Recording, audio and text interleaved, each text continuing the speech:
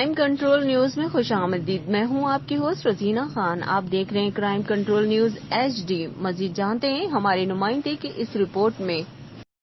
آج کے بلیٹن میں افسوسناک خبر شامل کرتے ہیں. باڑہ بازار میں گودام کی چھت گر گئی جس میں 2 مزدور شدید زخمی ہوئے.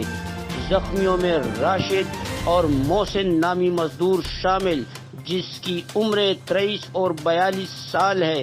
ریسکیو 1122 کے اہلکاروں نے موقع پر پہنچ کر ابتدائی طبی امداد فراہم کر کے زخمیوں کو اسپتال منتقل کر دیا. کرائم رپورٹر CC نیوز محمد سلیم خان، پشاور. اپنی ہوسٹ روزینہ خان کو دیجیے اجازت. مزید خبروں اور اپڈیٹ کے لیے دیکھتے رہیں crime control Urdu news HD. اللہ حافظ.